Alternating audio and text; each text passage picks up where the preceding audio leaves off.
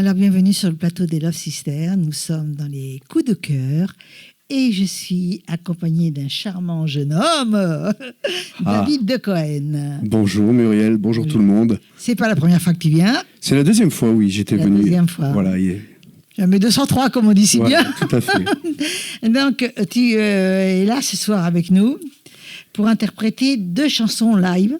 Oui. Et d'abord te faire connaître, ça va de soi. Voilà, exactement.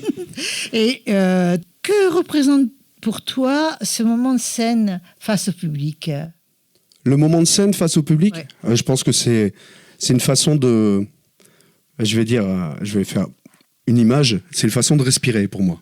D'accord. Voilà, c'est sur scène, je suis dans mon univers. Il y a le trac au début. Avant de monter, de toute façon, je l'aurai toujours et je l'ai toujours. Tout le monde là. Hein. Et a priori, tout le monde là. Voilà, ça fait plus d'une vingtaine, quasiment 25 ans que je fais de la scène. Et à chaque fois, avant de monter sur une scène, Et le même trac. Le même trac tout le temps. C'est incroyable, hein. Et après, on sait que au niveau du son, au niveau de la voix, au niveau de nous, tout simplement, on est OK pour la suite de ce qu'on va faire sur scène. Donc, c'est le fameux track. Et ça, si je l'ai plus un jour, c'est que je me poserai des questions un peu. Là aussi, on est là aussi pour présenter ton album dont on n'a pas eu la chance de voir avant. Oui, le single, en fait, 2025. qui est sorti un petit peu après être venu ici déjà. Donc, compter les jours, qu'est-ce que tu comptes comme jour ? Excuse-moi. Alors, compter les jours. Alors, c'est 2 titres en fait dont les paroles sont de Jackie Vera et la musique de Johnny Capello. C'est une rencontre que j'ai fait avec les 2 artistes et qui m'a donné envie de faire ce single, donc qui est déjà sur toutes les plateformes. Depuis sa sortie et que je présente dès que je le peux lors de mes prestations, parce que je fais des prestations en cabaret, des prestations un peu partout, donc voilà, je les ai toujours avec moi et c'est vrai que le côté support, ça amène un plus. Voilà, parce qu'on sait qu'on peut avoir tout en ligne, mais le côté support, c'est plus. Mais de toute façon, aujourd'hui, c'est mieux d'avoir tout en ligne. Voilà, tout à fait, il faut, c'est une base. Qu'est-ce que ça représente, ce titre, Ça nous emporte ? Ça nous emporte, c'est une chanson qui est très forte, qui parle de la situation où on est en plein dedans, en fait, des conflits qu'il peut y avoir, et de tout ce qui peut amener, entre guillemets, un peu de négatif dans la vie de certaines personnes dans le monde. Et au final, la musique, c'est la musique qui emporte voilà. Ces conflits peut-être. Hein. Voilà, qui donne du baume au cœur et voilà, dans les paroles, c'est ça nous emporte, mais c'est alors écoute ma musique. Ouais, David, tu dis ces conflits, il y en a tellement. Oui, bien sûr. Comment peux-tu chanter un seul conflit ? Non, je peux pas. C'est une image, parce que c'est par rapport justement le fait que il y a des choses qui nous arrivent dans la vie, etc. La musique, elle nous emporte en fait. Donc la musique, ça peut effacer beaucoup de choses. C'est le message qui est passé dans ce titre. Voilà, tout simplement. Et il est déjà sorti aussi. Oui, il est sorti. C'est le single, donc 2 titres. Donc c'est Compter les jours et ça nous emporte. Voilà, il y a 2 titres. Ce sont les 2 titres. Est-ce que tu vas en chanter une ou les 2 en live ? J'aimerais bien chanter les 2. Voilà, donc Compter les jours, c'est le titre du single. Et la deuxième chanson du single, en fait, c'est Ça nous emporte. Voilà. Alors, ce live est un moment très particulier pour un chanteur. Mm-hmm. Qu'est-ce que la scène t'apporte que le studio ne peut pas t'offrir ? Le regard des spectateurs. Ça, je m'y attache. Mais t'arrives à voir quand tout est noir, par exemple ?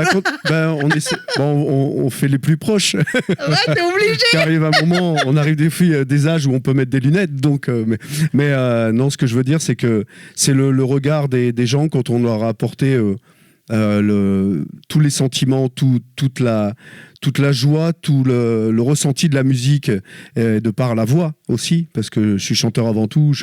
Là, je fais un peu de musique, mais je suis chanteur avant tout. Et c'est de voir leur regard et justement ce qu'on peut leur apporter. David, tu m'as dit tout à l'heure une phrase et j'ai sauté dessus quand même. À nos âges, les lunettes, mais tu sais bien que on peut se faire opérer. Oui, bien sûr. Bien sûr. Donc, tu ne parles plus d'âge. Après, là, non, après, en plus, je parle Après 10 ans en avant, hein. C'est plus du près, donc de loin, je vois les gens, donc ça va. Ouais, donc... C'est plus la presbytie, tu veux dire. Ouais, mais bon, après... Je ne sais pas si on opère la presbytie. Après, je dirais, c'est plus physique, mais moi, je dirais, il n'y a pas d'âge pour quoi que ce soit. C'est-à-dire qu'on peut faire tout ce qu'on veut à l'âge qu'on a. Voilà, moi, c'est mon principe de vie. Voilà. Alors, tu rends hommage à Mike Brandt. Oui. Pour 2025-2026. Voilà. Hein? Qu'est-ce qui t'a donné envie de célébrer cet artiste emblématique? J'ai commencé, quand je me suis aperçu que je savais chanter, j'ai commencé par lui. C'est fou quand même, parce que c'est bien, Mike Brandt. Ben oui, et c'est sa voix positionnée entre la voix de gorge et la voix lyrique, juste entre les deux, et quelque chose qui est vraiment spécifique et que j'ai toujours entendu dans mon enfance. Enfin, et malheureusement, il est parti l'année où je suis arrivé.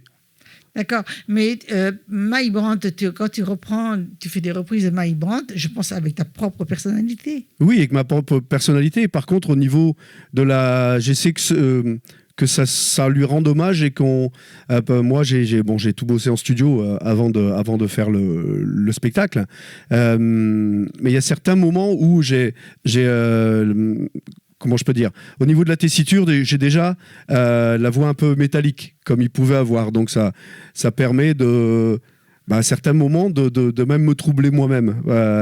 Voilà, Mike Brandt, c'est Mike Brandt, hein, attention. Ouais. Mais quand tu dis troubler, ça veut dire que tu arrives à t'identifier à Mike. Il y a eu des moments où je me suis aperçu qu'en fin de phrase, en fin de chanson, même les gens, ça les troublait. Voilà, la scène, la réverb, peut-être. Puis ces musiques mythiques, hein, ces chansons mythiques. Donc, on a eu au moins 6. Il y a eu 6 ou 7 représentations dans l'année, dont les premières à guichet fermé. Donc, j'étais très très content. Et ça a été apprécié. Et c'est ce que je voulais en fait.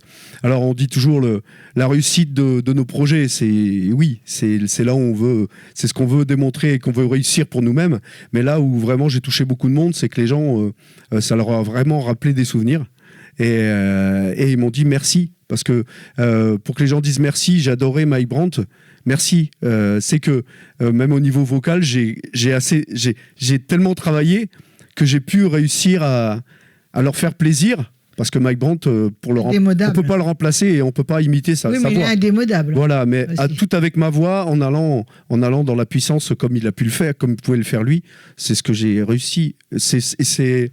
Quand je touche le public, c'est ce que j'essaie de faire sur scène, tout simplement. En 2026, tu te prépares aussi à un show, tu peux m'en parler ? Oui, j'ai un show crooner que j'ai déjà fait en début d'année. Donc je reprends les standards d'Elvis, Frank Sinatra et des plus récents comme Michael Bublé, Daniel Boventura, donc un peu plus rythmé. Donc je fais un show d'1h30, 1h40 à peu près, et qui permet de faire voyager les gens, mais avec un côté plus moderne. Voilà, tout simplement. Tu as des danseuses, je suppose ? Pas encore. On verra peut-être à mettre par la suite. Voilà, on a lancé. Tu peux être ta première danseuse. Voilà. C'est avec plaisir. Ça, c'est gentil. Hein. Et en parallèle, tu prépares aussi ta propre comédie musicale. Oui, alors ça, c'est un challenge. Là, on va arriver à l'heure où on se parle, l'émission. Dans 3 jours. Dans 3 jours, on a la finale. C'est-à-dire que je travaille en parallèle avec un cabaret, le cabaret de Magalas, le Showbiz. Et on a eu l'idée de mettre ça en place. Et on a fait des soirées pour le côté plaisir, le côté karaoké, on va dire, mais avec un casting en parallèle de ces soirées. Et on a fait sur 3 soirées, donc la 3e soirée arrive là dans 3 jours, et la finale donc, et on va donner la chance à des personnes qui ont peut-être toujours voulu faire de la scène, d'intégrer un spectacle que je vais créer pour la rentrée de septembre-octobre, avec les personnes qui auront gagné le rôle dans cette comédie. C'est pas mal, voilà. Bonne idée. Hein, et ça, voilà, je tenais, avec le cabaret, on tenait à ce qu'il y ait quelque chose qui se fasse pas partout. Parce qu'on peut gagner des concours, on peut gagner du physique, quelque chose. Mais là, c'est une expérience, réellement. Et s'il y a des personnes qui ont toujours chanté ou toujours aimé chanter et qui n'ont jamais eu la chance d'aller sur scène, de se préparer dans les loges, de vivre une vie d'artiste, c'est ce que je voulais faire et qu'on voulait apporter. Donc là, c'est pour fin d'année. Tu n'es pas avare de nouveaux projets. Donc, il y a plusieurs thèmes, je pense que tu n'as pas encore fini d'ailleurs. Non, parce que ça fait quelques années que j'ai réellement repris. J'ai repris mon métier en puissance, entre guillemets, et ça a développé chez moi. Je pense que tu vois de quoi je veux parler, de ce qu'on a dans le fond de nous-mêmes et qui sort un jour, que ce soit en chanson, que ce soit en danse, que ce soit... Et ça, c'est le moment pour moi, et je suis en train de développer, en fait, ça se développe tout seul. Et le but, c'est réellement de toucher le public, déjà. De toucher le public, parce qu'on peut avoir des projets, mais il faut déjà avoir l'envie de le faire et de le transmettre. Quand on te regarde, David, on voit quelqu'un de très chaleureux, parce que tu sais que les ondes passent. Oui, avec, oui. D'un artiste ou autre, on sent les ondes. Et on sent cette gentillesse en toi qui est très agréable. Donc, je pense que dès que tu arrives, même la gestuelle, sur scène, je parle bien, même la gestuelle et tout, et comment tu t'annonces, tout de suite, on voit le personnage. D'accord. Et on reconnaît le personnage. Ça me fait plaisir de ta part. Ça fait vraiment plaisir, ça. Ça va droit au cœur, comme on dit. Merci, c'est gentil. Donc, comment imagines-tu ce parcours qui va être multiple, un peu schizophrène d'ailleurs? Comment l'imagines-tu dans le futur? Alors Tu es bien entouré, pardon, je voulais quand même finir cette phrase. Tu es bien entouré, secondé, aidé, et ça c'est important. Ah oui, bien sûr. J'irais un artiste tout seul, c'est comme dans tout projet, un artiste seul, il fait rien. Il fait rien, même s'il a un talent, il faut le talent d'autres personnes qui l'entourent. Il faut être serein pour créer des projets. Si j'ai pas les personnes, moi je parle de mon épouse, je parle il y a beaucoup de monde, il y a Jean-Claude, il y a tout le monde avec qui on échange assez souvent, et si on n'a pas ces personnes là autour de nous, on n'avance pas, et en plus, c'est important. Il n'y a pas que ça, parce que tu as beau avoir du talent, mais si tu sais pas, si tu n'as pas attaché de presse, on peut dire que c'est n'importe qui. Oui, bien sûr. On ne peut pas dire « je suis attaché de presse ». Ça, c'est très facile. D'ailleurs, aujourd'hui, tu regardes sur l'IA et te disent comment faire. Donc, tu peux dire « je suis attaché de presse ». La fameuse intelligence artificielle. Non, mais effectivement, oui, mais le conseil est bon quand même. Oui, exactement. Donc, tu peux te dire demain « bon, écoute, David, il faut que je te dise, je suis attaché de presse ». Ah oui, bien sûr. Mais bien sûr. Ouais, non, mais je comprends ce que tu veux dire. Après, c'est vrai que on n'est pas à l'abri non plus d'une rencontre aussi qui soit professionnelle et qui...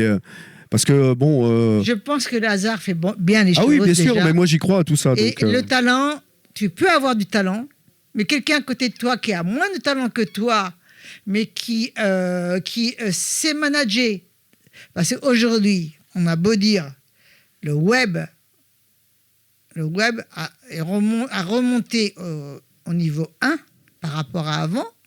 Je pense que c'est ce qu'on a voulu d'ailleurs faire. Et donc, si tu sais gérer tes musiques et tout sur le web pour te faire connaître et tout, tu peux te faire vraiment remarquer. Oui, bien sûr. Après, il suffit d'une vidéo, il suffit de... Voilà, après, c'est... ce qu'il faut, je pense, c'est pas être uniquement à la recherche de ça. Parce que si on recherche... voilà, souvent des vidéos ou des personnes qui décollent dans le web, c'est parti d'une vidéo... Ça fait toujours plaisir quand même. Ah oui, bien sûr, mais ça fait plaisir. On ne peut pas dire le contraire. Ah oui, bien sûr, mais ça, c'est... Le plaisir, il est... moi, ce que je viens à dire, c'est que certains ont... on a l'envie un peu comme je dis, Mike Brandt, il est arrivé en France, il a dit, c'est soit je suis clochard, soit je suis artiste, soit je suis connu. Enfin, voilà, donc c'est un peu ça, quoi. T'as raison. David, si tu devais résumer ta relation avec la musique en une phrase, quelle serait-elle ? alors écoute ma musique. Et la scène, moi et la scène, c'est une histoire d'amour. Voilà. Bien résumé pour la fin. Alors, je vais t'offrir un petit cadeau à toi personnellement, David. D'accord. Comme je te connais un peu. Je vais demander à Nico de mettre la musique. David, ta voix s'élève comme un souffle en partage. Et la scène devient un nouveau paysage. David, une chanson naît, une autre nous rejoint. Et soudain, la musique nous tient par la main. Entre hommage et création, ton chemin se dessine. David, comme une histoire chantée qui peu à peu s'illumine, des refrains d'hier aux rêves de demain, tu avances porté par la force du refrain. Merci pour ces notes qui traversent le temps et pour cette voix qui nous emporte simplement. Merci Muriel. Je vais te demander de regarder la caméra et de dire comment on fait pour te joindre. Pour me joindre, le Facebook, donc David de Cohen, donc sans E, D-E-C-O-E-N, sur le réseau. Donc j'ai une page, j'ai un profil. On peut aussi trouver les titres Compter les jours et ça nous emporte sur les plateformes, sur YouTube, sur Spotify, sur toutes les plateformes. Et puis moi je vous dis, on se voit dans la région, de partout, en cabaret, dans toute manifestation. Et je vous dis à très vite. Voilà. Merci. Merci David. Merci.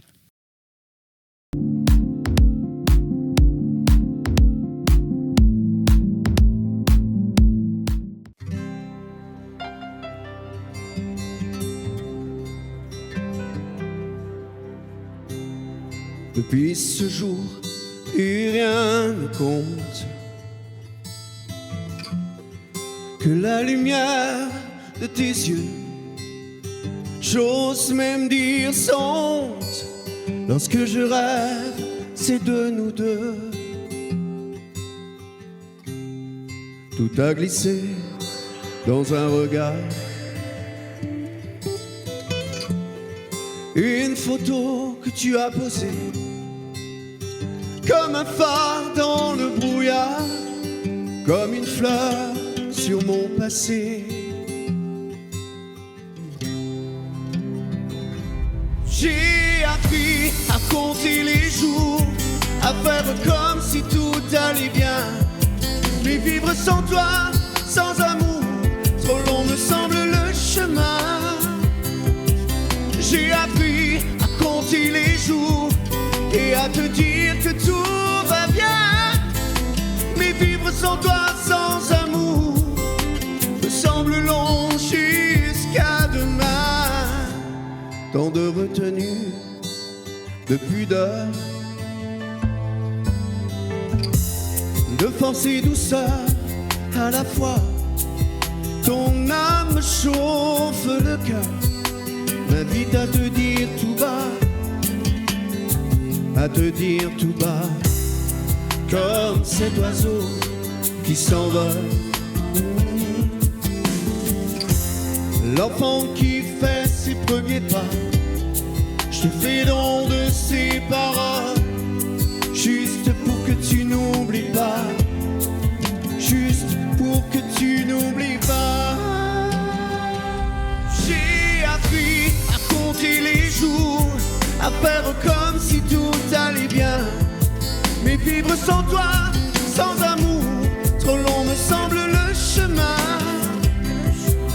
J'ai appris à compter les jours et à te dire que tout va bien. Mais vivre sans toi, sans amour, me semble long jusqu'à demain. Je prie pour que jamais ne passent les nuages devant le soleil, et pour que jamais ne s'effacent les couleurs de ton arc-en-ciel. Tendre mirage en plein désert, sur ce de vie acidulé, tu as repeint mon univers, illuminé ma voie lactée. J'ai appris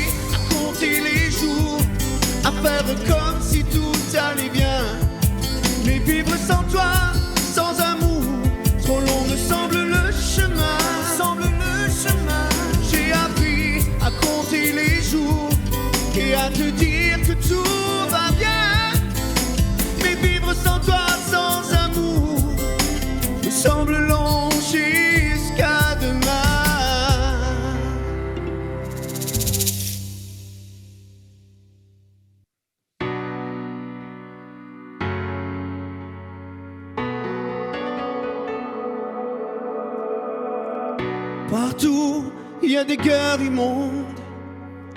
Partout, il y a des enfants qui tombent. Tu dis que c'était leur destin, que c'est comme ça, qu'on n'y peut rien. Tu dis que c'est pas ton problème, que le monde tournera sans nous, avec ses barbaries, ses peines. Tu me souris, mais tu t'en fous. Alors écoute ma musique, quelques accords et c'est magique. Ça nous soulève et nous emporte. De tout, la musique est plus forte. Et viens danser sur ma musique, quelques notes et une rythmique. Attire d'elle, ça nous emporte. De tout, la musique est plus forte.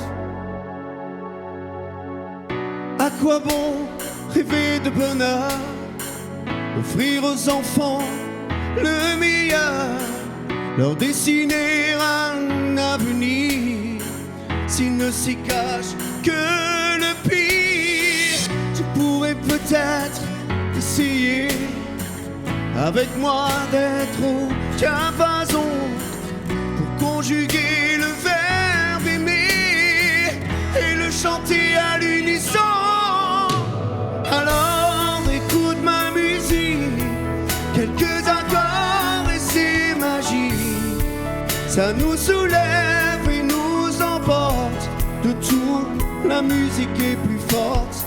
Et viens danser sur ma musique, quelques notes et une rythmique. Attire d'elle, ça nous emporte.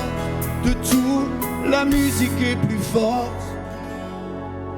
Ramener un peu d'innocence dans les cœurs froids et engourdis. Réchauffer ce monde en souffrance. Je sais qu'on pourrait être amis. Alors écoute ma musique, quelques accords et c'est magique. Ça nous soulève et nous emporte. De tout, la musique est plus forte. Et viens danser sur ma musique, quelques notes et une rythmique. Attire d'elle, ça nous emporte. De tout, la musique est plus forte. Et la musique est plus forte. Viens danser sur ma musique. Et viens danser sur ma musique, quelques notes et une rythmique. Attire d'elle, ça nous emporte. De tout, la musique est plus forte, plus forte.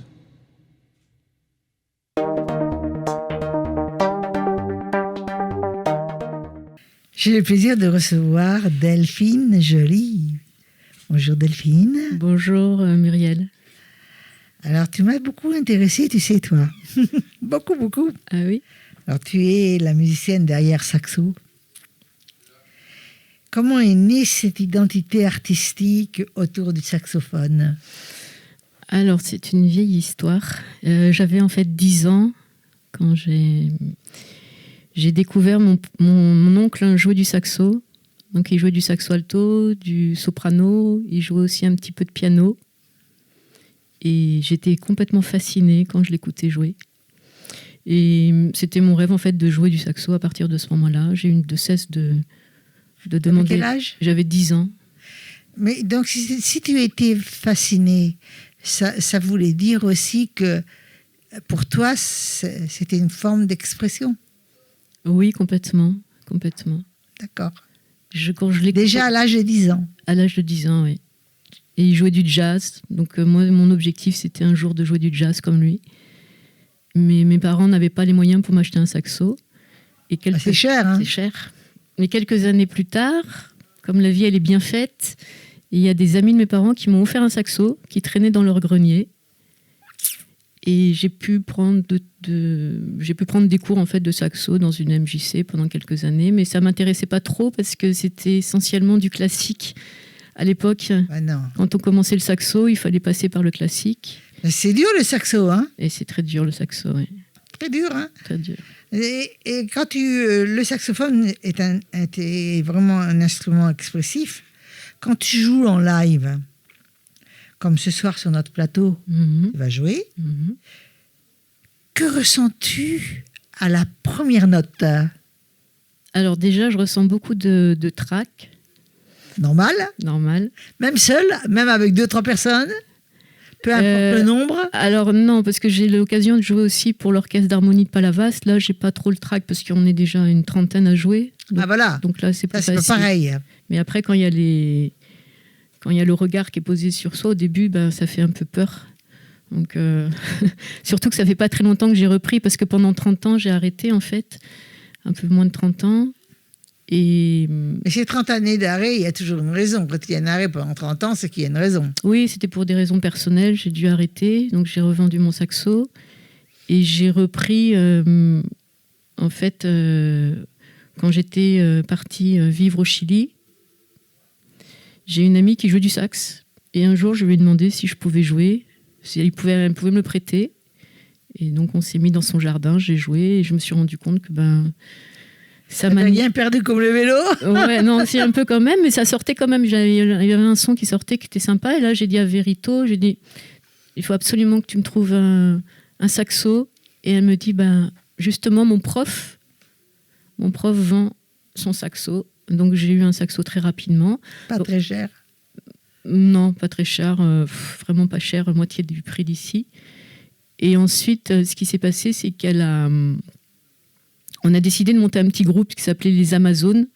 On n'a rien fait à part répéter des morceaux de variété américaine des années 80-90.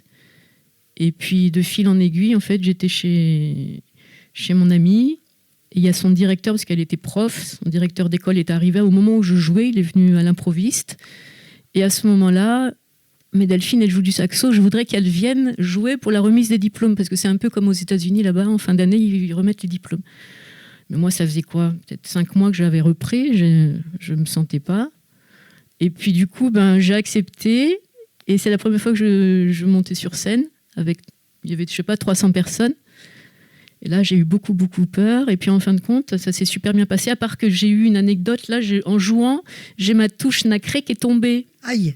Et en jouant, je me suis dit, mais le trac me fait sentir des choses bizarres. Et en fait, non, pas du tout. C'est que la touche, elle était vraiment tombée, quoi. Alors, comment t'as fait pour récupérer J'ai joué sans, en fait. C'était la petite touche. Ça pouvait être sans. Oui, ça pouvait être sans. Ça, c'est pas mal, ça. Ouais. Donc, j'ai remarqué aussi, j'ai regardé un peu, j'ai fait des recherches sur toi. Alors, ton univers semble très libre, vraiment très libre. Comment définis-tu ton style avec le saxo?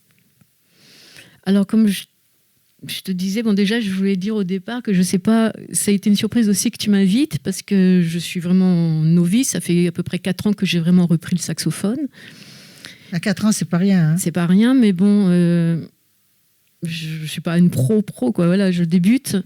Et Tu ne peux pas dire que tu débutes, tu as arrêté 30 ans pour des raisons personnelles. Ouais. Donc tu ne débutes pas depuis l'âge de 10 ans finalement. Ouais, je l'ai en moi, j'aurais pu faire... le saxo en toi. C'est sûr. Pour toi, je pense que le saxo représente... il peut être doux, puissant, émotionnel. Alors, comment travailles-tu ces différentes couleurs sonores? Alors moi, je me suis donné... J'ai eu la chance, donc quand je suis revenue en France, j'ai eu plein de signes qui m'ont dit qu'il fallait que je continue le saxo. Je voyais des gens dans la rue jouer du saxo. Quand j'étais déjà au Chili, je voyais des gens... je rentrais dans un restaurant et là, ça jouait du saxo, alors que là-bas, on écoute plutôt de la bossa nova, de la musique latinos. Et donc, j'ai appris un petit peu avec le temps à écouter les signes. Et en arrivant en France, tout de suite, j'ai trouvé mon saxo. Rapidement, en 15 jours, un bon saxo, pas trop cher. Ensuite, j'ai trouvé un prof rapidement sur Palavas. Mon prof était chef d'orchestre à l'orchestre d'harmonie de Palavas. Donc, ça m'a permis d'intégrer. Grâce à Michael, mon prof, j'ai pu avoir les clés de la salle de répète. Donc, ce qui fait que tous les jours, je vais m'entraîner en fait entre 1 heure et 2 heures. parce que j'ai le projet de jouer dans une maison des seniors, donc il fallait que j'élargisse un peu mon répertoire, parce que jusqu'ici c'était plutôt de la musique des années 80-90, la musique américaine. Maintenant, tu composes toi-même ou pas? Non, pas encore. Pas encore. Mhm. Sur scène, Mhm. le public devient souvent une partie de performance. Tu es d'accord avec moi, hein? Mhm. Est-ce que cette énergie influence ton jeu? Oui, c'est vrai que quand j'arrive à dépasser ce track, parce que je te dis, ça fait pas très longtemps que je joue, je sens effectivement une émotion m'envahir et quelque chose qui se traduit après dans mon jeu, en fait. Je sens effectivement une émotion que je... Parce que je tu as peux l'air très transmettre. épanoui, là. Hein? Ah oui, Ah oui. c'est vrai. Ah oui, oui, oui, oui, oui. Donc, Merci. Y a-t-il un artiste ou un musicien, peu importe, qui a marqué ton parcours musical? Moi, ça a été, en fait, toute mon enfance, j'écoutais du John Coltrane, du Sonny Rollins et beaucoup de Stan Getz. Voilà, on dirait que c'est ces trois musiciens, trois saxophonistes. Oui. Donc, pour quelqu'un qui découvre pour la première fois le saxophone, qu'aimerais-tu qu'il ressente en t'écoutant? Une émotion, Certainement. une émotion, un plaisir. Je me souviens une fois, j'ai joué dans la rue de Palavas pour un événement artistique. C'était des créateurs qui se réunissaient. Je jouais là. Et je vais jouer l'hymne à l'amour. Et il y a des gens qui ont fait demi-tour pour écouter parce qu'ils avaient senti une émotion. En fait, c'est ça que j'ai envie de provoquer chez l'autre, c'est l'émotion, tout simplement. D'accord. Ça, c'est super. Tu viens de me dire tes projets. Alors, mes projets, c'est... Tu viens de me les dire. Ah oui, je l'ai dit, oui. Tu veux travailler C'est de pour... travailler à la maison des seniors et puis travailler sur scène aussi. sur scène, mais mon objectif final, ce serait faire de l'impro de jazz Ça, c'est génial. et de retourner vivre au Chili. Parce que Et tes rêves, c'est Chili. c'est le Chili, oui. Tes rêves, ce sont les Chili. Mm. C'est le Chili, C'est le excuse-moi. Chili, oui. Et tu dis, voilà, le jazz, mais est-ce que tu peux être complémentaire sur d'autres musiques? Oui, bien sûr. Futuriste, par exemple. Plus comment Futuriste. C'est-à-dire L'électro, la deep. Non, ça, je vibre pas en jouant ça. Tu vibres pas du tout? Je devais jouer dans un mariage et tout ce qui est électro, tout ça, ça me parle pas. Il n'y a pas que l'électro. Dans l'électro, il peut y avoir des vrais instruments. Hein. Après, je connais pas tout, donc je suis ouverte à plein de choses. Après, il faut que ça D'accord. me parle, il faut que j'ai une émotion. Parce que voilà, il faut que ça te parle. Voilà, il pour ça. faut que j'ai une émotion. Donc, je sais qu'on va t'écouter en live, mais je t'ai fait une surprise. Oui. Alors, j'aimerais d'abord que tu me dises, est-ce que tu aurais un mot à dire aux personnes qui t'écoutent? Allez jusqu'au bout de vos rêves. Allez, voilà, c'est ça. Aller jusqu'au bout de Ne vos restez rêves. pas 30 ans C'est ça. Après, à vous priver. je me dis, moi, le mot que j'ai envie de dire aux personnes, c'est que la vie, en fait, malgré les embûches et les difficultés, quand on a un rêve qu'on a au fond de nous, il se réalisera tout le temps si on arrive à... Dernier point, à- Julie. Je vais te poser un dernier point. Est-ce que pendant ces 30 années, le saxo t'a manqué? Oui, ça m'a manqué, oui. Ça t'a manqué. Oui, ça m'a manqué, oui.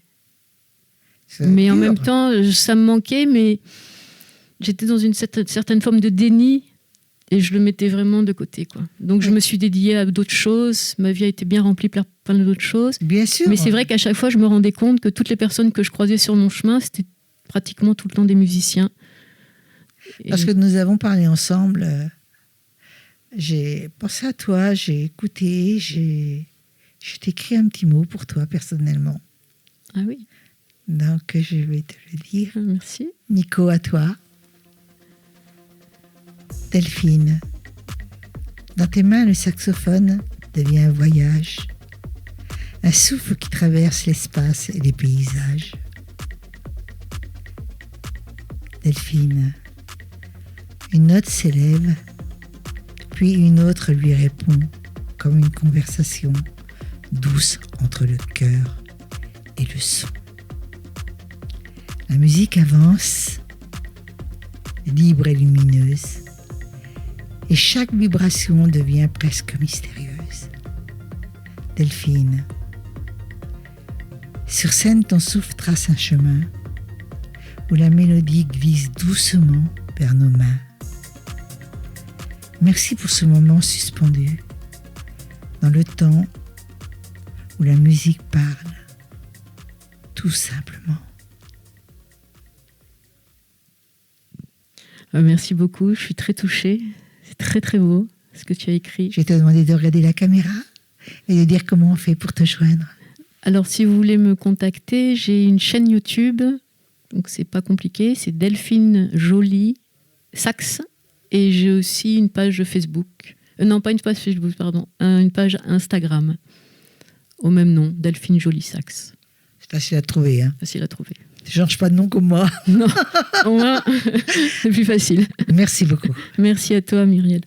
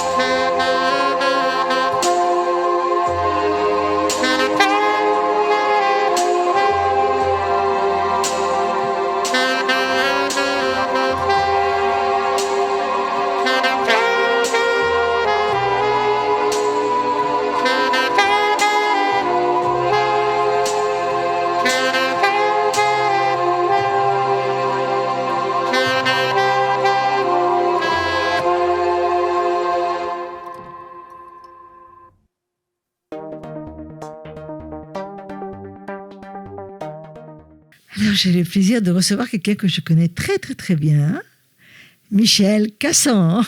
Bonjour toi. Alors, là, on va voir une petite vidéo, si tu es d'accord, de toi. Bien sûr. Avec grand plaisir.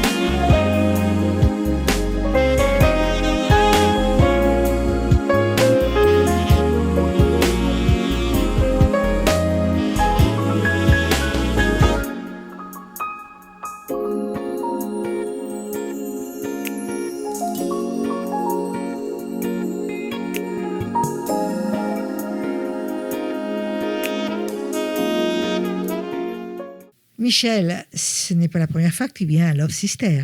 Non, Non, hein? Combien de fois déjà? ça sera la deuxième fois. Ah, quand même, hein. Quand même. Tu es venu en début ou tu es venu il y a 2, 3 ans? Oh, bien 4 ans? 3, même 4 ans, je dirais. Il y a 4 ans que tu es Ouais. venu. Oui. 2 ans un petit peu. On attaque on est dans la 6e année. Oui, Love Sister. la sister. Ouais. Avec mon cheveu sur la langue, je l'ai bien dit. La sister, ça va? Non. J'aime bien ton cheveu sur la langue. Alors, c'est toujours un plaisir de te retrouver. Et Merci. que s'est-il passé de nouveau dans ton parcours depuis ta dernière venue? Et toujours, on avance. On vieillit, mais on avance toujours dans les préparations des chevaux pour le spectacle. Et on cherche toujours à rénover. Et c'est ce que je fais. C'est magnifique. Et là, j'ai une grosse préparation avec la musique en plus. Tu vis avec tes chevaux, tu as du Pratiquement. terrain. Pratiquement au terrain tout le temps. Ouais. Dans le terrain, ils sont dans le terrain avec toi. Voilà, ils sont avec moi et je vis avec eux du matin au soir. Voilà, c'est ça c'est important. Ouais, Donc, ouais. il y a le lien. On dialogue le langage du cheval et voilà. C'est pas mal, hein. Ah, mais c'est vrai. C'est pas mal, hein. Ouais. Tu es connu pour tes spectacles, dont la vidéo qu'on vient de voir. Hein. Oui. Tu es équestre. Alors, il n'y a pas que les chevaux que tu fais danser. Oui, j'éduque les chiens. Tu éduques les chiens. Deux border collies et un australien. Alors, comment tu as découvert cette relation si particulière, justement, avec Toujours le même rapport, les animaux? les animaux dans le regard, dans le ressenti, le coup de cœur. Petit bébé chien, c'est parti de là. Et puis, Les chiens que tu éduques, ils rentrent dans la maison ou pas? il rentre dans la maison, mais quand il rentre dans la maison, il s'assoit, il ne vient pas pendant qu'on mange, il reste assis. Il ne bouge Et- pas. Ils attendent. Ils attendent, ils ne viennent pas entrer les pattes, tout ça. Mais Ouais, ils- c'est un travail à faire. Hein. Ils espèrent ou pas que tu leur apportes tu leur donnes quelque chose? De temps en temps, je fais glisser un Eh, petit c'est pas bête un animal, hein? truc. Non, Pas du tout, hein? Alors, dans tes spectacles, bien entendu, tu ressens une vraie complicité avec tous ces animaux, les chevaux, les chiens, l'âne. l'âne. Je fais un numéro avec le chien et l'âne ensemble. Tout ce que l'âne fait, le chien fait. Géant. Ah ouais, géant, ouais. Géant. Et je l'ai rajouté pour les gosses, parce qu'il y a des adultes qui viennent, mais les enfants, ils s'éclatent. Le chien et l'âne, tu les entends, ils sont là. Puis à un moment donné, je donnais un ordre à l'âne de coucher les oreilles. Quand un cheval ou un âne couche les oreilles, c'est pour attaquer, pour se défendre des prédateurs. Et moi, je l'ai appris à m'attaquer à moi.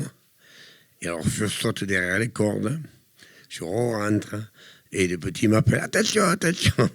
Ou il y en a qui sont avec l'âne. C'est un numéro comique qui est sensationnel pour moi. Autant que mes spectacles qui sont carrés. Alors, comment construis-tu cette confiance avec, justement, toute cette petite troupe? La gentillesse, les gronder de la voix Combien as-tu de chevaux? et les flatter de la voix. Là, à l'heure actuelle, pour le spectacle, j'en ai 6, mais en tout, j'en ai une quinzaine. Ah, quand même. C'est une association, oui. Ah, Alors, quand c'est même. des gens qui viennent avec leurs chevaux et qui participent à mon travail, qui regardent, ils ont envie. Et quand ils voient ça, la liberté au geste et à la voix, quand il y a plein de cheval comme ça, là, qu'il arrive plein galop, qui s'arrête devant toi, qu'il attend qu'est-ce qu'on fait. Mais pas robot. Je ne fais pas des robots. Hein.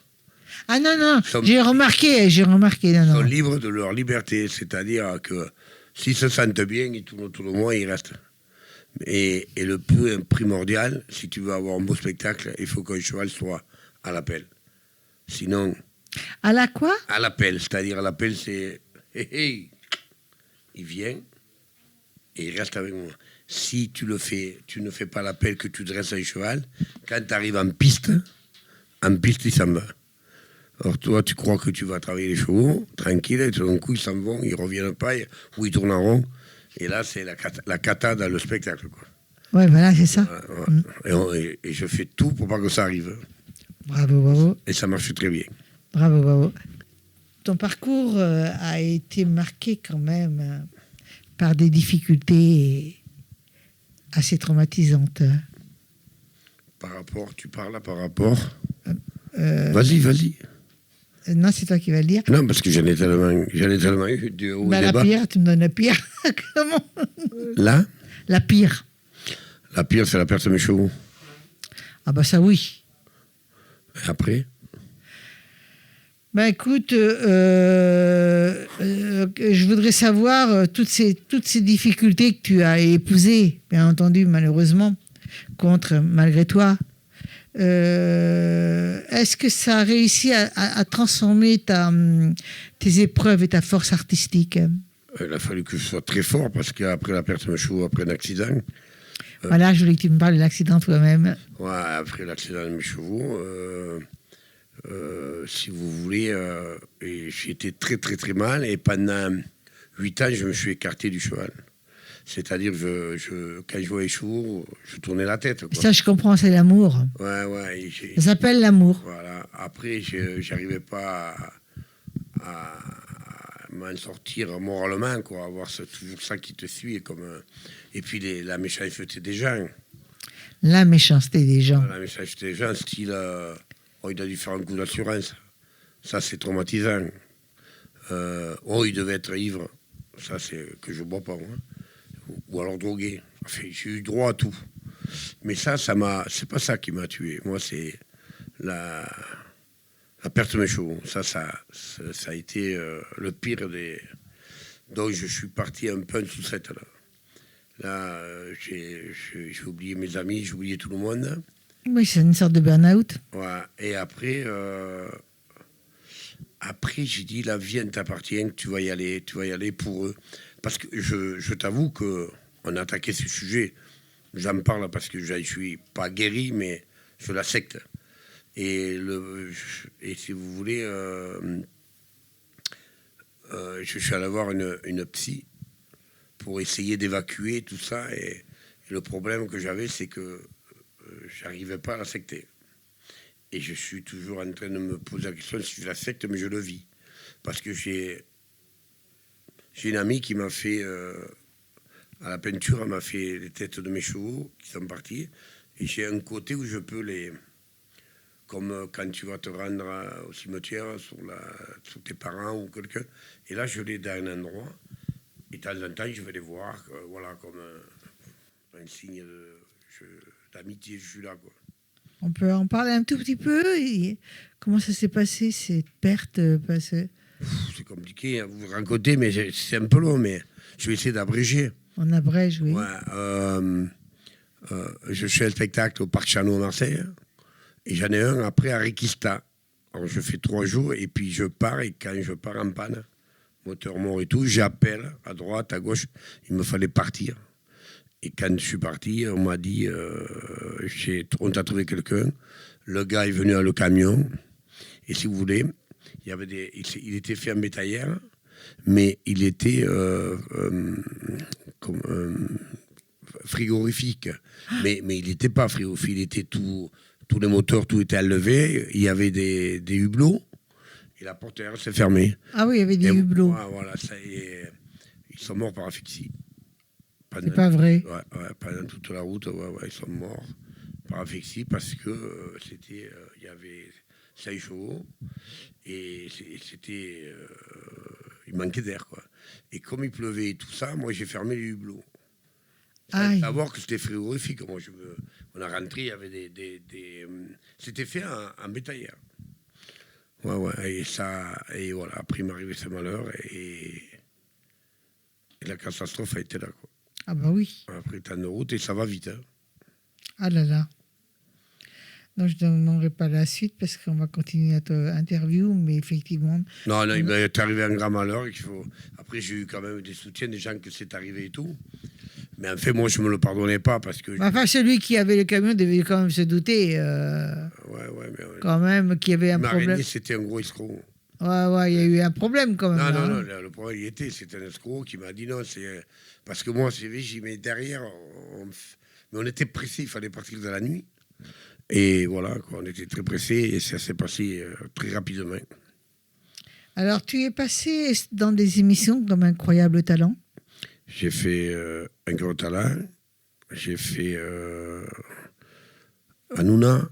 Hanouna. J'ai fait Les Animaux de la 8, 2 fois 2 dîners parfaits. France la 3. Qu'est-ce que j'ai fait Éveillé de Thomas, c'est mon choix. Hein. Moi qui voulais t'utiliser, je crois que je ne vais pas pouvoir. Ah, si. On a fait 11 émissions. Et donc, comment as-tu vécu justement cette expérience avec le grand public? Moi, je suis avec le grand public. C'est-à-dire que moi, j'aime les gens. Donc, ça se passe tout le temps bien. Parce qu'à chaque fin de spectacle, tu as des... tout le monde m'applaudit et tout, mais un jour, il m'est arrivé un truc sensationnel. Tout le monde s'est levé. Waouh! Tout le monde s'est levé, ils m'ont applaudi. Waouh! Et il y avait au rang, après, je l'ai vu, quoi.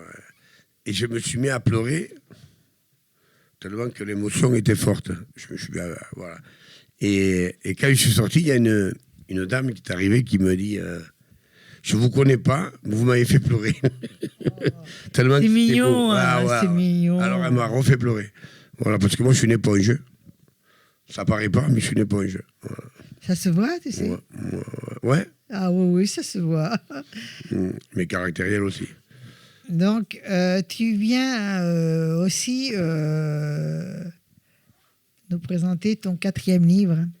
Et tu en avais déjà parlé, Confidence d'un illettré. Confidence d'un illettré, ouais. Eh bien, la faute à mes chevaux, de tout le temps, la faute de la passion des chevaux, pardon. Et cette passion m'a tellement foudroyé que je faisais que dalle à l'école. J'apprenais rien à l'école. C'était une prison, l'école, pour moi. Je m'emmerdais, j'en pouvais plus. Puis j'étais, ce que je disais à certains de mes cavaliers ou cavalières, je leur disais que je me sentais prisonnier. Et en plus, j'étais hyperactif. Moi, je croyais que c'était une maladie. On a vu qu'on j'étais hyperactif tout le temps. Et là-bas, à l'école, c'était affreux, quoi. Pas simplement que tu n'as pas été bien suivi, c'est tout. Peut-être aussi. Puis une mère qui me couvait trop aussi. Oh, mais on ne peut pas dire qu'on couvre de trop quand on donne de l'amour, qu'on massacre quelqu'un. Ouais, mais ma mère, c'était un cas. Hein. Ma mère, c'était un cas. Ouais. T'as fait le devoir? Oui, maman. Elle regardait pas. Ouais, c'est d'accord, mon fils. Ah, d'accord, mon fils. Et donc, dernière question, et ça m'intéresse, est-ce que tu prépares des chorégraphies pour les chevaux? Oui, je fais, d'ailleurs, on en parlait tout à l'heure, mes costumes, enfin, je ne les fais pas, costumes, musique, chorégraphie, je fais tout. C'est toi qui fais la musique? La musique, je ne la fais pas, mais je suis toujours à la recherche de musique avec eux, avec mon équipe. D'accord. Oui, ils sont à la recherche parce que les filles sont plus... moi, c'est plus difficile pour moi. Vous êtes combien dans votre... 5 personnes. Oh. C'est bien. C'est pas trop et c'est bien. C'est bien. Et de temps en temps, tous les 4-5 ans, des fois, on fait un peu de vide. Alors, ton livre, Confidence pour un illettré, hein, donc un illettré qui a quand même fait son livre. Ouais. Donc, voilà. Ouais, mais si vous voulez... Michel, c'est quand même génial d'avoir fait ton livre. 4, je l'ai fait. 4 livres. Dieu me pardonne rien, ma mère me pardonne tout. Et ça, c'est mon village. Valras, je t'aime. Mais là, il faut quand même que la caméra voit quand même la couverture. Ah, pardon. Je suis désolé. C'est important. Hein. C'est important. Voilà, donc il écrit des livres, il adore les animaux, c'est tout ce que j'aime. Bravo, bravo, Michel. Et donc, dernier mot de la fin, si tu devais me dire quelque chose. Mais je voulais te dire que le Confiance d'un illettré, c'est justement ma vie à travers les chevaux. Pourquoi j'ai pas appris à l'école? Pourquoi je me sentais en prison? Parce que j'étais tout le temps avec mes chevaux, et je n'ai rien appris. Je me suis fait plus tard. T'as rien perdu, tu sais. Tu crois? Non, t'as rien perdu. Ouais. Rien du tout. Ouais, mais ne me fais pas faire les divisions, je suis incapable. On s'en fout. T'inquiète pas que t'es capable de savoir ce que tu vas dépenser, va. Après, Michel. J'ai 2 sœurs et 2 frères, ils sont tout le monde à le bac et tout, il n'y a que moi. Hein. Non, tu t'en fous. En gros, tu t'en fous. Oui, en plus. Voilà. Alors, Michel, je t'ai fait une petite surprise pour toi, rien que pour toi, qui t'appartient, avant que tu donnes toutes tes coordonnées et que je prenne les tiens parce que tu m'intéresses sur plusieurs choses. Oui. T'inquiète, n'aie pas peur. Michel, la danse des chevaux. Dans tes pas, les chevaux apprennent la confiance. Et dans leur regard naît une étrange alliance. Un geste, un souffle, un instant suspendu. Et soudain l'animal comprend ce qui n'est pas dit. Tu ne domptes pas, tu invites à la danse, dans un langage fait de patience et de présence. Michel. Des blessures du passé, tu as fait une force. Un chemin où le courage peu à peu se renforce. Et lorsque tes chevaux avancent sous la lumière, on comprend que l'harmonie existe sur la terre. Michel, merci pour cette route, ces images et ces instants où l'homme et l'animal marchent ensemble, simplement. Tu m'as ému. C'est touchant. C'est vrai. C'est pur. Et à toi, je te l'offre. Et je te demande de regarder la caméra et de dire comment on fait pour te joindre. Alors, c'est compliqué. Pour me joindre, il faut rentrer dans Facebook, Michel Cassan, spectacle équestre. Je suis à Sérignan, dans l'Hérault, 34 410, l'adresse. Je ne sais pas si j'oublie. Mon téléphone, c'est le 06 16 02 11 86. Merci beaucoup. Je vous en prie. Ça t'appartient. Ah, c'est gentil, je le garde.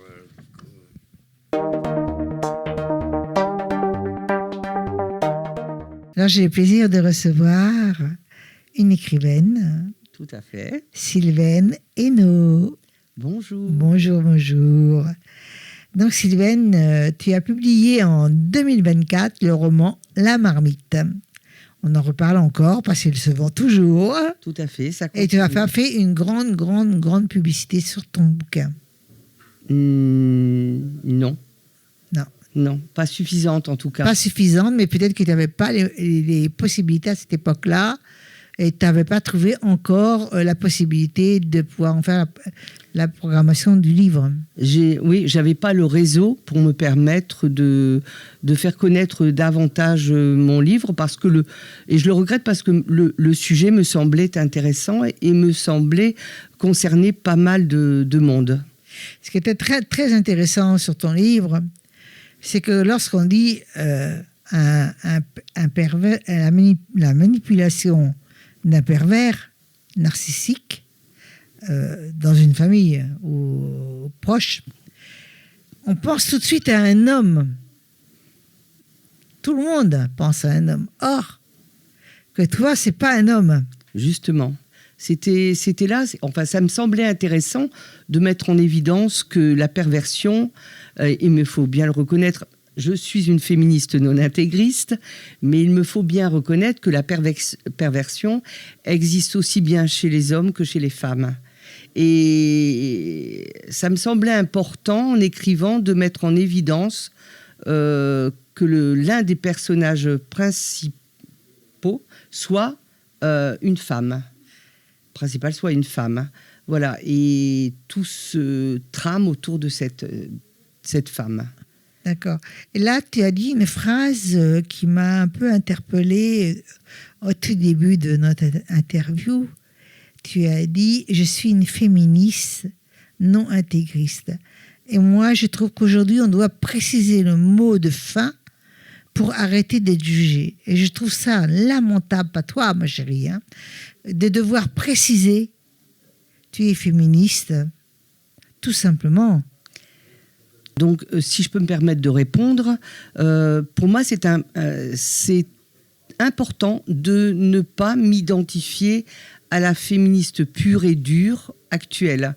Moi, je suis née dans les années 60. J'ai donc combattu pour l'avortement, pour la pilule, pour le droit à faire l'amour, entre guillemets, librement. Et ce que je trouve maintenant, les combats qui sont menés par les féministes actuellement ne me semblent pas proches de ce que nous étions. Alors peut-être que le combat maintenant est différent, mais je les trouve très acerbes, elles sont souvent dans le conflit, elles s'opposent vraiment à l'homme, alors qu'on a la progression de l'égalité. Bien sûr, il y a encore beaucoup à faire, mais je trouve qu'on a énormément progressé. Le tout est de garder ses acquis, évidemment, et c'est jamais gagné, mais c'est pas pour autant qu'il faut en faire un combat acharné. Et c'est en ça que je ne leur ressemble pas. Donc aujourd'hui, je pense que les combats, il y en a des multiples et on ne peut plus t'acharner que sur un seul sujet. Voilà, c'est sûr. Sur plusieurs sujets. C'est sûr. Et là, tu parles dans ce livre, alors la question va se poser obligatoirement. Alors là, tu parles d'une mère narcissique. D'une mère narcissique au sein d'une famille, oui. Au sein d'une famille. Est-ce que c'est un peu, on ne va pas dire autobiographique, mais c'est un peu autobiographique? Oui. Parce que déjà, la préface a été faite par un psychiatre que je consultais en tant que patiente. Et je n'avais pas identifié la raison pour laquelle je le consultais. J'avais vraiment un mal-être que j'avais besoin d'exprimer. Et il a mis des mots sur ma pathologie, entre guillemets. Ça veut dire que je subissais les assauts d'un pervers manipulateur narcissique. Qui était ta mère? Non, pas du tout. C'était au sein de mon entourage proche. Voilà. Ah voilà, c'est vrai. Voilà. Ouais, et le fait de mettre un mot sur ce qui me terrorisait à longueur de temps m'a permis d'en guérir, tout compte fait. Et quand j'ai fini de raconter l'histoire, il m'a dit mais qui n'est pas du tout celle-là, puisque celle-ci, c'est vraiment une fiction. Et il m'a dit, mais pourquoi vous n'écririez pas un livre pour raconter votre combat qui semble important pour vous? Et c'est une forme de résilience. Et c'est vrai que ce livre, en plus de ma thérapie, fut une véritable... m'a permis d'accéder à la résilience. Je vais bien maintenant, je vais bien. D'ailleurs, je suis sur un deuxième livre parce que l'écriture, c'est formidable. Différent, toujours un combat de femmes, mais toutefois différent. Ça parlera cette fois-ci d'une femme qui a été une femme battue, qui pour elle, tout compte fait, c'est normal, jusqu'à ce qu'elle se rende compte que c'est pas normal, qu'elle se défende. Et puis, et là, ça passe évidemment par la casse-prison, mais là aussi, la reconstruction ensuite, avec un réseau d'amitié très important et qui lui permet de passer par-dessus. Ce qui est super, c'est que ton psychiatre a fait la préface de ce livre. Il a accepté de la faire sans problème. Tu lui as demandé? Je lui ai demandé, oui. Et je ne m'attendais pas d'ailleurs à ce qu'il accède à ma demande, et j'étais très fière, très fière. En gros, qui ne demande rien n'a rien. Exactement. Ça, c'est vrai en plus. C'est vrai. Donc, c'est toi qui as fait la 4e de couverture? Oui. Seule? Oui, seule. Avec réflexion, c'est dur, une 4e de couverture. C'est même ce qui a les corrections et la 4e de couverture, je dirais même que c'est le travail le plus ardu. Bah oui, pour donner envie de le lire. Voilà. Ah oui, c'est très ardu. Parce qu'il ne faut pas se louper. Donc, ton livre fait 264 pages. Oui. On plonge profondément dans la psychologie des personnages. Oui. Oui. Victimes et non victimes. Voilà. Alors, comment construis-tu ces personnages complexes? Alors, il y a des auteurs qui disent qu'avant de commencer un livre, ils font un grand plan, un tableau même, mural, pour présenter les personnages et toujours les avoir en vision. Moi, ces personnages, je les avais en moi, en fait. Quand j'ai bâti le livre dans ma tête, mais j'ai pas eu besoin à aucun moment de faire un tableau parce que c'était une évidence. Et donc j'ai travaillé, quand je me mettais à l'écriture le matin, ben, je savais exactement comment j'allais structurer mon chapitre, même si au fil de l'écriture, je trouvais des choses à ajouter, des détails, mais je savais, j'avais le fil conducteur le matin, uniquement le matin. Mes personnages étaient ancrés en moi, et j'avais juste besoin de les faire vivre, tout compte fait. Prochainement, oui. tu sors un autre livre qui s'appelle La Badass. La Badass. Et c'est ce livre qui va sortir récemment, bientôt. Qui va sortir cet été. Voilà. Je suis en phase de correction pour le moment. Voilà. Et en phase de trouver un éditeur. D'accord. Si tu ne trouves pas d'éditeur, je pense que je passerai par l'auto-édition, mais moi, j'ai bon espoir. Je me dis, je pense que j'ai progressé et au niveau de mes idées et au niveau de l'écriture depuis que j'ai écrit La Marmite. Donc, on progresse toujours. Tous les jours, on progresse. Tous les jours et tous les jours, on apprend. Et si là, je te demandais sur ton livre présent ici, La Marmite, de me lire la 4e de couverture. Oui, avec plaisir. Tu peux me la lire? Oui, oui. Alors, par contre, je vais devoir mettre mes lunettes de soleil parce que ce sont également des lunettes de vue. Alors, voici. Quand Emmanuelle ouvre les yeux aux côtés de son jeune époux Sébastien, elle se croit la plus chanceuse des femmes. Mais rapidement, un doute s'installe. Qui a-t-elle réellement épousé? Sébastien ou sa famille toulousaine aux dynamiques complexes? Emportée par les rouages destructeurs de sa belle famille, Emmanuelle devra lutter pour préserver son intégrité. Parviendra-t-elle à s'en sortir indemne? Waouh! Waouh, bravo, bravo! Et donc là, on peut le trouver où, ce livre? Un peu partout, dans les librairies, sur commande à la Fnac, Amazon. Partout. Voilà. Partout. Alors écoute, je te souhaite, j'espère te recevoir pour La Badass. C'est gentil. Et moi, ce sera un plaisir de revenir, un plaisir de pouvoir, parce que c'est une première, pouvoir m'exprimer devant des caméras et d'être reçu aussi chaleureusement, c'est chouette. Merci beaucoup. Merci beaucoup. Moi, je t'ai fait un petit mot pour toi, personnellement. J'ai de la chance. Je vais te dire, Sylvaine. Les mots qui dévoilent. Dans tes pattes, Sylvaine, les silences prennent voix. Et les vérités cachées se dévoilent pas à pas. Tu écris les failles, les blessures et les combats. Là où l'âme humaine parfois se perd et se débat. Sylvaine, avec La Marmite, tu soulèves ce qui brûle et dérange. Mais dans les mots naît aussi la force qui change. Et déjà, un nouveau livre se prépare sur ton chemin, Sylvaine, comme une flamme vive tenue de tes mains. Merci pour ces histoires qui éclairent le regard et pour ces mots courageux qui ouvrent l'espoir. Waouh, je suis subjuguée, abasourdie, émue de ce texte. Est magnifique. Merci. Il est à toi, Muriel. Je te l'offre. Ah, je le prends avec grand plaisir. Je vais te demander de regarder la caméra et de me dire où on peut te trouver.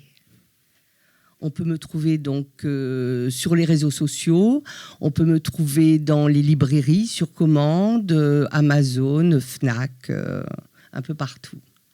Et on peut se trouver sur les réseaux à ton nom. Sylvaine Hainaut, tout à fait, sur Facebook. C'est comment, Hainaut? H-E-2-N-O. Voilà. C'est mon nom de jeune fille.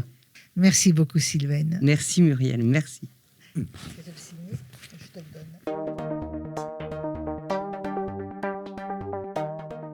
J'ai le plaisir de recevoir Florence Baldassari. Oui, c'est ça. On voit déjà tes œuvres. Donc il y en a partout, des couleurs magnifiques, des plus magnifiques les unes que les autres. Merci. J'adore ton travail. Merci. D'ailleurs, je t'ai remarqué pour cela. Oui, je sais. Je sais, hein. Oui. Tu es une artiste visuelle et peintre. Oui. Disons que j'aime à dire que je suis une artiste visuelle parce que ça englobe la peinture, la photo, la vidéo. Voilà. Donc, voilà. Et comment ton parcours artistique a-t-il commencé ? Eh bien, du plus loin que je me souvienne, en fait, j'ai toujours senti que j'avais besoin de créer. J'ai toujours été créative et je suis une autodidacte. C'est-à-dire... À quel âge tu as commencé à créer ? Franchement, déjà, à 16 ans, je découpais mes vêtements. Enfin, voilà, c'est pour ça que j'aime dire que je suis une artiste au sens large du terme. C'est que je n'étais pas sur la peinture forcément au départ. Mais je n'ai pas choisi dans un premier temps, pour X raisons, si vous voulez, de vivre de ça tout de suite. J'ai certainement un complexe d'illégitimité, où c'est comme on a tous. Et ce n'est que récemment, on va dire, depuis 3 ans, que j'ai recommencé à créer. Et là, avec de l'acrylique. Mais toute ma vie, j'ai fait d'autres choses. Et toujours en parallèle de la création. J'ai travaillé sur des meubles aussi à une époque. D'accord, toujours. Voilà. Donc, si tu peux rapprocher ton micro de la bouche, ce serait comme pas ça. mal. Oui. Tu travailles avec l'acrylique, mais aussi avec le croquis au pastel. J'adore ça, oui. J'ai besoin de faire des portraits aussi. C'est pour ça, voilà, j'ai besoin de faire... disons que mes totems, c'est une des pièces, on va dire, de ce que j'appelle un puzzle. C'est-à-dire, je fais beaucoup d'autres choses. À partir de mes croquis, je vais faire des totems, mais je vais pouvoir m'en servir pour d'autres constructions. Alors, je vais te parler en populaire, moi. Où tu trouves tes totems ? Voilà. Tu veux que je t'explique comment Oui. Bien, l'histoire, c'est que voilà, j'étais de nouveau en train de créer. J'ai pendant pas mal de temps stoppé mes créations. Et un jour, un membre de ma famille m'a dit, tiens, et si tu faisais quelque chose avec ça ? Et ça, c'était des fûts. Ce sont des fûts en plastique, en fait. Mais on trouve où ces fûts en plastique ? On les trouve dans les bars, par exemple. Ah, en fait, la bière ? Oui, la bière. Disons qu'au départ, les fûts, on les a trouvés dans un bar. Et c'est le papa de ma fille qui les a ramenés. Donc, et on les a décortiqués. On a trouvé que à la base, étaient déjà très contemporaines quand ils sont dépiotés de toute leur publicité. Et on les avait gardés même dans le jardin parce qu'on trouvait ça beau. C'est en transparence, on trouvait ça joli. Oui. Et ensuite, quand il m'a dit fais quelque chose avec ça, moi qui avais déjà travaillé sur des supports autres que des toiles, je savais comment faire pour que l'acrylique puisse tenir dessus. Donc ça a commencé comme ça. Voilà. Et au départ, je ne savais pas que j'allais en faire des totems. J'appelle ça des totems parce que je ne savais pas comment les appeler, parce que ce ne sont ni des sculptures, ni des vases, ni des poteries. Et je sais pas, c'est venu comme ça, je vais les appeler totems. C'est tout. Oui, mais est-ce que ces totems peuvent être à l'extérieur ? Non, ceux-là, non. Est-ce que tu en as Ils sont faits pour l'intérieur. J'ai des projets pour l'extérieur. Mais, très intéressant. Voilà, mais ceux-là... oui, j'ai d'autres projets, mais bon, je préfère pas trop en parler. J'imagine, tu vois, ce que tu es en train de faire créer là. J'imagine, mais ça ne doit pas être facile. Toi, en tant que créatrice, tu vas comprendre ce que je veux dire, parce que moi, je ne suis pas une créatrice du même niveau que toi. J'imagine ce totem 3 fois sa taille, avec une lumière intérieure, tu comprends ? Alors, ça fait partie de mes projets, mais c'est une question matérielle, logistique, tout ça. Voilà. Donc, je ne vais pas m'étaler, mais ça fait partie d'un de mes projets. Oui. Maintenant, avec les lumières grâce au soleil, c'est un autre qui s'allume travail. la nuit, ça peut être sympa. Ouais, c'est un autre travail qui demande beaucoup plus, on va dire, d'espace et en plus qui n'aura pas du tout le même coût. Donc pour l'instant, je ne m'y suis pas encore consacrée, mais ça fait partie de mes projets. Est-ce que tu as fait des plus grands totems? Non, pas pour l'instant, puisque en fait, c'est du recyclage et donc j'utilise ces fûts. Donc pour faire ces totems, Ils sont légers. ils sont très légers. Voilà. Alors c'est très joli simplement sur un meuble,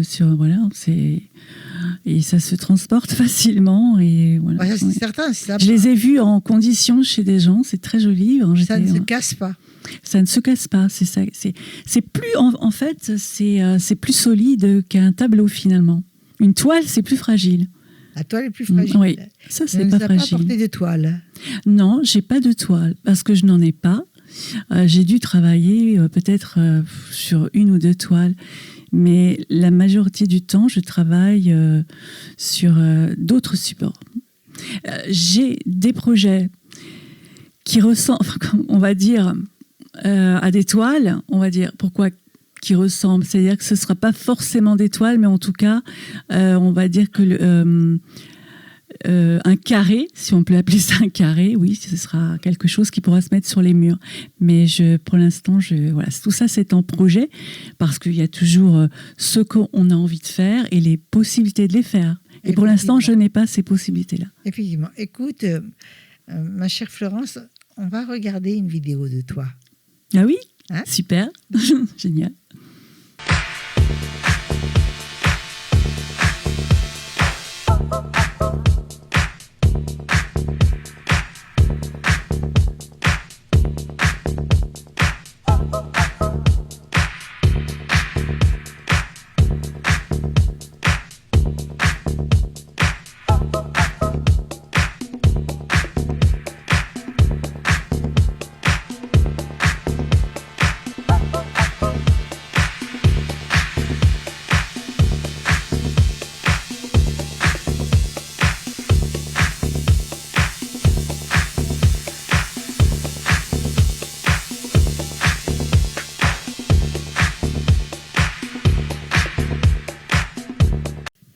Alors, bon, donc, en gros, tu m'as tout dit, c'est quand même une dimension symbolique pour toi. Oui. Hein? Alors, comme on peut le voir sur la vidéo que nous avons pu visionner à l'instant, je les photographie dans la nature. Pourquoi ? Parce que je me suis posé la question comment je vais faire pour les mettre en valeur, puisque n'ayant pas d'atelier, je fais ça chez moi. Et j'ai eu l'idée d'aller dans la nature, sur les plages, dans les forêts. Bonne idée, très bonne idée. Voilà, et j'y ai pris goût. En fait, c'est un instant que j'adore parce que j'adore jouer avec la lumière, avec les paysages, et je raconte une histoire suivant le totem. Là, je vois les yeux. Voilà. Alors ils ont tous un nom. Hein. Voilà. Alors des fois je m'en souviens, des fois moi, mais ils ont tous un nom. Et je les mets en situation. Voilà. Et je choisis la musique. Voilà. Et ça, j'aime beaucoup ce moment-là de créativité, en fait. Et j'y vais souvent assez tôt le matin. Voilà. J'adore ça, j'adore ce moment-là, en fait. Voilà. Alors, quand tu commences une œuvre, tu pars d'une idée précise ou tu laisses l'inspiration te guider ? Alors, majoritairement, j'ai besoin que quelque chose se déclenche, d'avoir une idée bien précise, enfin pas, je dirais pas précisément dans ce que je vais dessiner, où je vais le faire, comment et tout, mais j'ai une idée. Si j'ai envie de faire ce que j'appelle un maori, enfin je les appelle mes maoris, comme le noir ou le rouge qui est à côté de toi là-bas. Au départ, je crois que c'est celui-ci que j'ai fait en premier. J'avais absolument envie de faire ce graphisme. Et voilà, j'avais bien visionné dans ma tête ce que je voulais faire.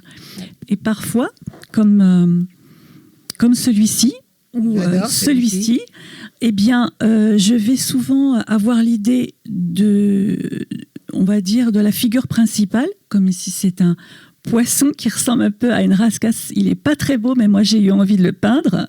À la base, c'est pas un joli poisson, mais j'ai eu envie de m'inspirer de sa physionomie en tout cas.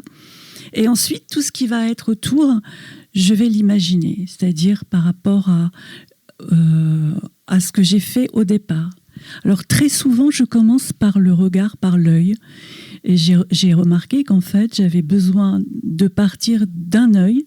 Et une fois que j'ai réussi cet œil, tout le reste coule. Et en fait, tant que je n'ai pas capté ce regard, même s'il est très simple, ou l'expression, je pars de cette expression. Voilà. Ah oui, j'ai compris. Et ensuite, le reste vient après. Voilà. Alors, qu'est-ce que tu aimerais que le public ressente en regardant tes œuvres? Eh bien, je l'ai déjà vu et j'en suis ravie, puisque j'ai déjà été exposée en pleine ville, derrière une vitrine à 7. Et ce qui m'a beaucoup plu, c'est que ça évoque de l'étonnement chez les gens et du sourire et de la gaieté, de la joie. On trouve que c'est... Je sais pas, c'est très spontané, les gens sont très spontanés, ils sont comme ça. Enfin, et c'est ça, j'adore ça. En fait, ça crée des émotions très positives et c'est ce que je recherche. J'ai envie d'amuser les gens. Quand je fais ça, je trouve que ça a quelque chose de très primitif que j'assume complètement. Et voilà, en fait, je dirais que je suis un petit peu une artiste hybride, c'est-à-dire que j'ai un côté comme ça, oui, peintre, puis aussi, on va dire, plasticienne et décoratrice, parce que j'ai toujours aimé les objets. J'ai une grande passion pour les objets depuis très très longtemps, et j'ai sur mon parcours utilisé comment dirais-je, cet amour pour les objets, parce que voilà, ça a beaucoup d'importance pour moi. Et donc, j'utilise mes capacités de peintre pour créer en quelque sorte des objets assez simples, ludiques. Et voilà. C'est ce que j'aime, c'est ça. C'est que voilà. Même, en tout cas, en ce qui concerne mes totems, c'était l'objectif à atteindre. C'est de me dire, les gens, ils ont envie de le mettre chez eux. Voilà. Je te remercie beaucoup et j'espère t'inviter à nouveau pour ton nouveau projet dans l'année. Je pense que tu es en plein dedans. Oui, tout à fait. Là, je suis en train d'en faire un autre. Avant de te demander comment on fait pour te joindre, moi, je t'ai fait un petit cadeau. Ah, c'est gentil, merci.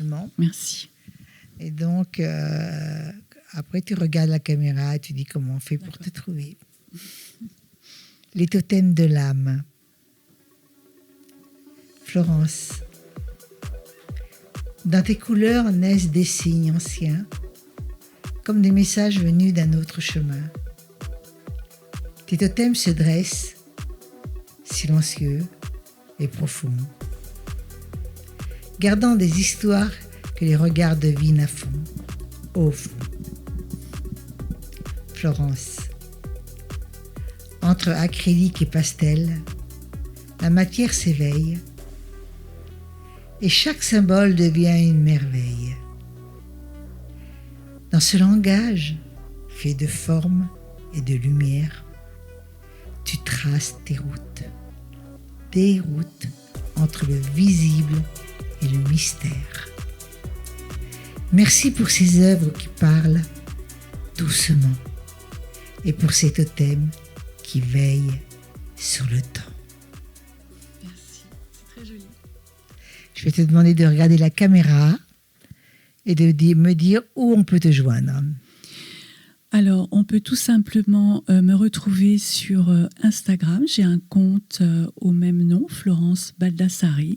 Et si vous voulez me joindre, vous pouvez me joindre directement même sur Facebook. J'ai aussi un compte sur Facebook, voilà, tout simplement. Et on peut m'envoyer des mails, m'envoyer des messages privés. Et c'est très facile de me contacter. Voilà. Merci beaucoup. Merci à toi. Ça fait un plaisir de te recevoir. Et moi, ce fut un plaisir de venir. Merci.